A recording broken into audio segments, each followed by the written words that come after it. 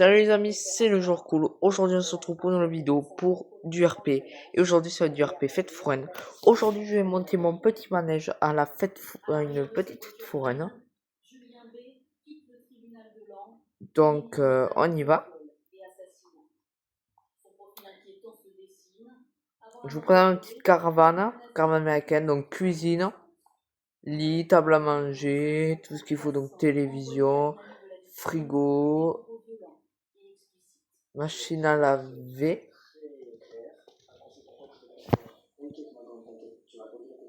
qui fonctionne vraiment, non, et une petite douche.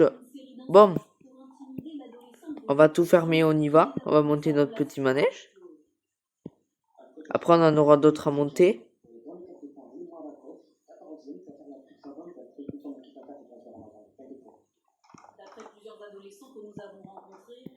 Même une sonnette fonctionnelle.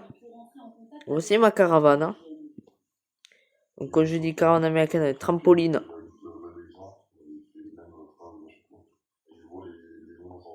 Trampoline fonctionnelle. Petit barbecue. Et voilà. Bon, je suis le premier fourrin à arriver. On va monter notre petit manège qui est le trampoline. Allez, c'est parti. Ça va être la fête foraine. Bon, déjà.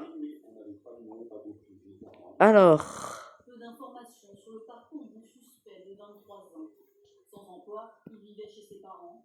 Il est connu des services de police pour port d'armes illégales en 2022. De vert, d'orange, de jaune, de rouge.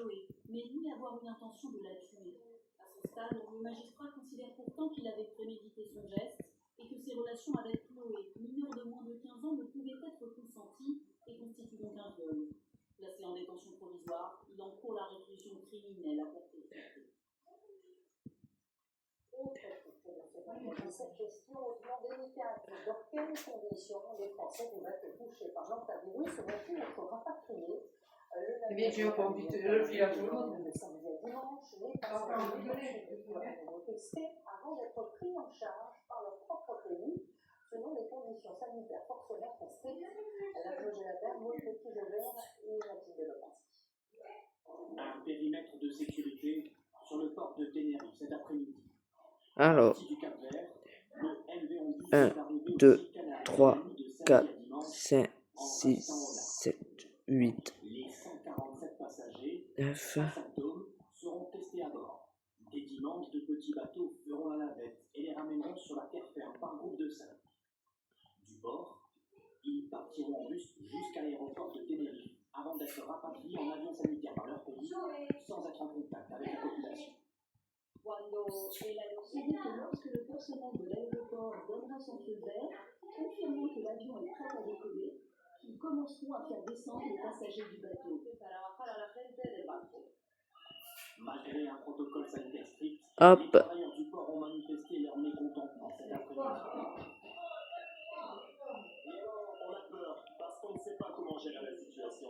On ne sait pas à quel point c'est contagieux. On ne nous a communiqué aucun protocole de sécurité. Parmi les passagers du navire, 5 sont français. Lundi ou mardi, dans un avion spécifique avec un personnel protégé, ils reviendront en France, où ils seront de nouveau examinés. Mais on n'a même pas mangé. Mais moi, j'ai pas mangé. Oui, mais il faut les faire chauffer. Alors, bon. 2, 3, 4.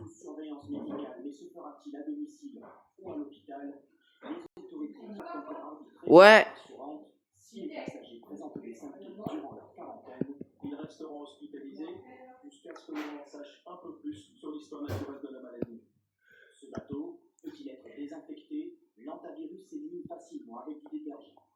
L'Espagne a demandé aux Pays-Bas de récupérer le navire sous pavillon néerlandais une fois le débarquement des passagers terminé. Hop. Voilà maintenant un exemple de coopération réussie entre les pays de l'Union européenne. Les policiers français et espagnols ont démantelé un réseau de trafic de drogue au terme d'une année. Oups, que je casse pas le sol. De cannabis saisi, 7 personnes interpellées, 2 ciblés. C'est du côté des forces de l'ordre. Corentin Lambert.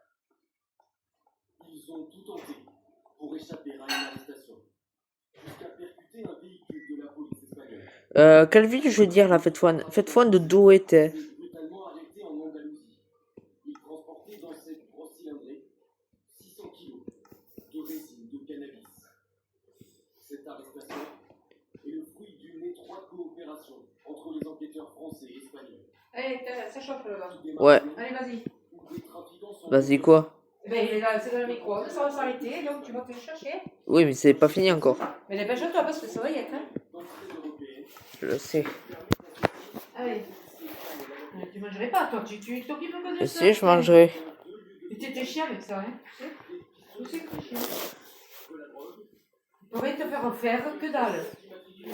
Moi, je suis écœurée, tu vois, de te voir comme ça. Cette saisie record montre encore une fois que la coopération entre les polices françaises et espagnoles est excellente dans la lutte contre les trafics de produits stupéfiants. Ça a commencé avec le trafic de cannabis, le trafic de cocaïne. Il faut dire que la frontière espagnole est un point de passage quasiment obligatoire pour faire entrer du produit stupéfiant en France. La police espagnole fait la promotion de cette coopération sur ses propres réseaux sociaux. Par exemple, c'est le laboratoire de cocaïne démantelé l'année dernière. Ou encore, ces 3 tonnes de cannabis retrouvées dans 7 villas. La France et l'Espagne ne sont pas les seuls à se partager des informations. Une agence européenne de renseignement a été créée il y a Ouais. une vingtaine d'années pour tenter d'endiguer l'arrivée de drogue sur le continent. Au Moyen-Orient, les États-Unis ont-ils violé le cessez-le-feu comme le prétendent les Iraniens. L'année dernière, les avions américains ont bombardé des installations militaires et aujourd'hui, Washington a également ciblé plusieurs pétroliers iraniens qui tenteraient de forcer le blocus du détroit d'Ormuz en Pennsylvanie. Qu'est-ce qui nous emmerde avec ça? Le commandement central américain qui Et voilà, à bientôt les amis.